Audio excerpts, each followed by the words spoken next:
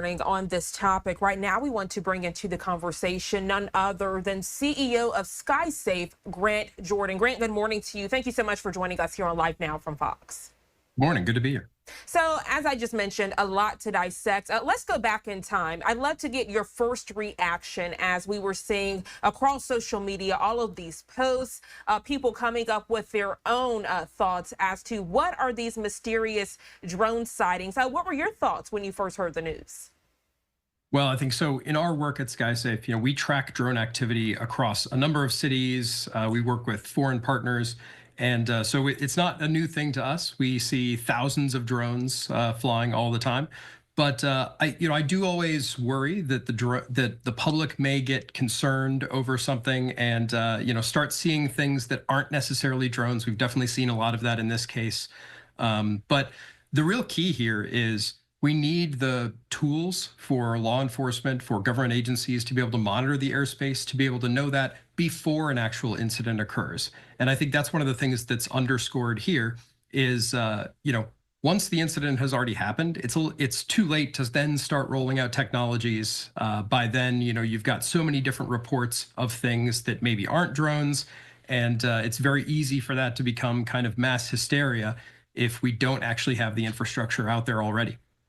Yeah, Grant, you raise a great point because so many people, including lawmakers, are demanding answers from federal partners as to what are these drones, where did they come from, how are they allowed to be in the airspace during this time. And because, depending on who you ask, because we don't have that much information, people are coming to their own conclusions, even to the point where you hear people, just everyday civilians, saying maybe we should shoot these down to figure out what it is. With your professional expertise, why should you not do that? And why should we leave it to the experts like yourself? Well, first off, obviously, interfering with an aircraft in the air is a federal crime. So I would encourage anyone to not be doing that. But more importantly, what we do need is, we need people to be aware. We need people to understand. And, at SkySafe, our focus is really about enabling the use of the airspace, having drones be able to share the space with traditional aviation in a safe manner. And the way we need to do that is we need to be able to, have the proper authorities, have the proper approvals. As you mentioned, it's not legal for most people to be flying a drone at night. Nighttime operations are their own thing. But even during the day, we've got lots of commercial uses of drones, and we need to make sure that that's done safely.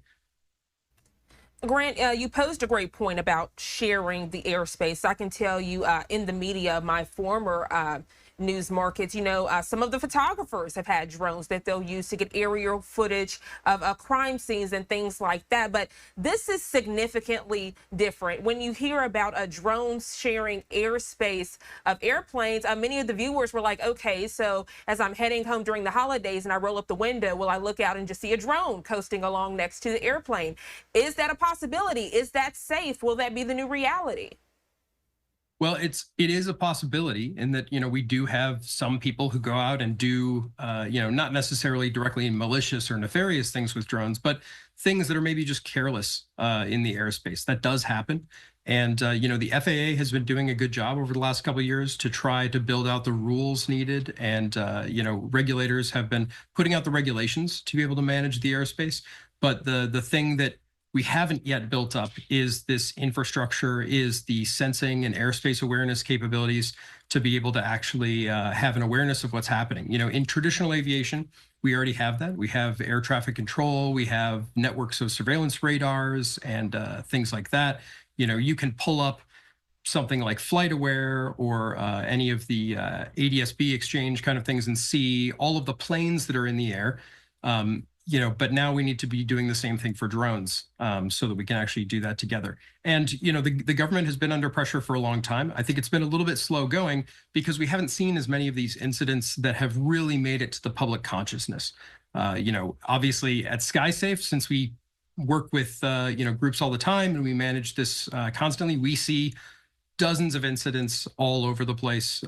We work with border protection, prisons, airports, military. And, so for government operators, this is not a new issue. They've been dealing with it for a long time. But I think this is one of the early instances where it's really rising to the understanding the public, and highlighting the need to address this kind of thing. Like any security issue, you can't address it after an incident. You have to have procedures, you have to have training of personnel to be able to recognize these things and respond appropriately before it happens.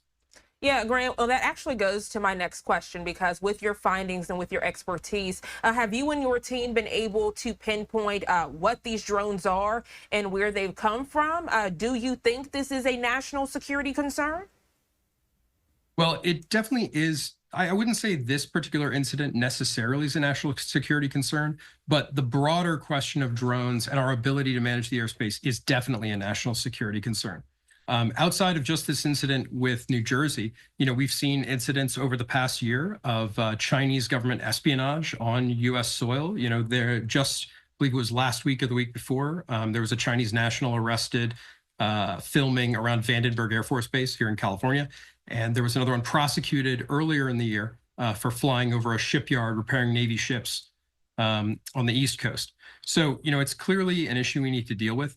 But, my take on this whole thing is I completely believe that there were drones, seen by people. Maybe there were drones doing slightly sketchy things. But one of the problems we have now is once that incident has become kind of publicly seen and understood, I think at this point now, it's likely that whatever drones started this incident are probably not flying currently. And now most, if not all of the reports we have are things other than drones. We've seen, almost all, certainly all of the videos that I've seen across social media, across the news have been traditional aircraft or helicopters or satellites or stars, as we've seen in that case. So, that's kind of the problem. Once it reaches this level, the original threat may be gone, and we may only be looking at things that are just, traditional aviation flying correctly and legally.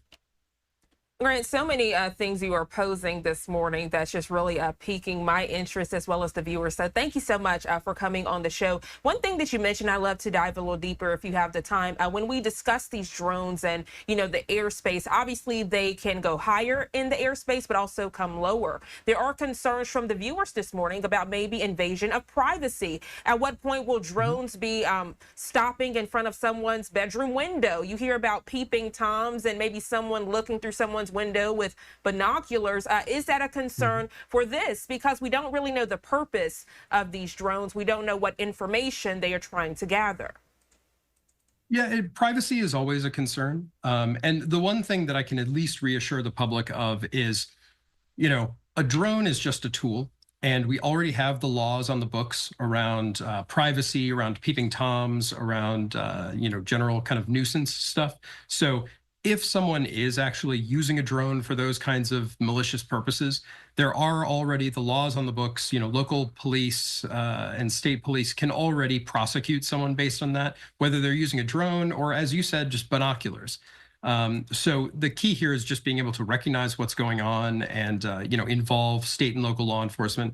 The other thing that I would kind of put in the plug here for is one of the challenges that state and local law enforcement face at this point is state and local law enforcement right now don't have the legal authority to actually take action against a drone in the air. Federal agencies do, but we've been working for a number of years to try to get authority to be rolled down to state and local law enforcement, and that's still a work in progress. It's been, I think, a lot slower than most folks in the industry thought that it would be, and it's clear from cases like this that it's definitely a necessity. CEO of SkySafe there, Grant Jordan, a pleasure having you on the show. Thank you so much for your candidness and your expertise on this topic of mysterious drones. We hope to be speaking with you soon. Thank you so much. Thank you.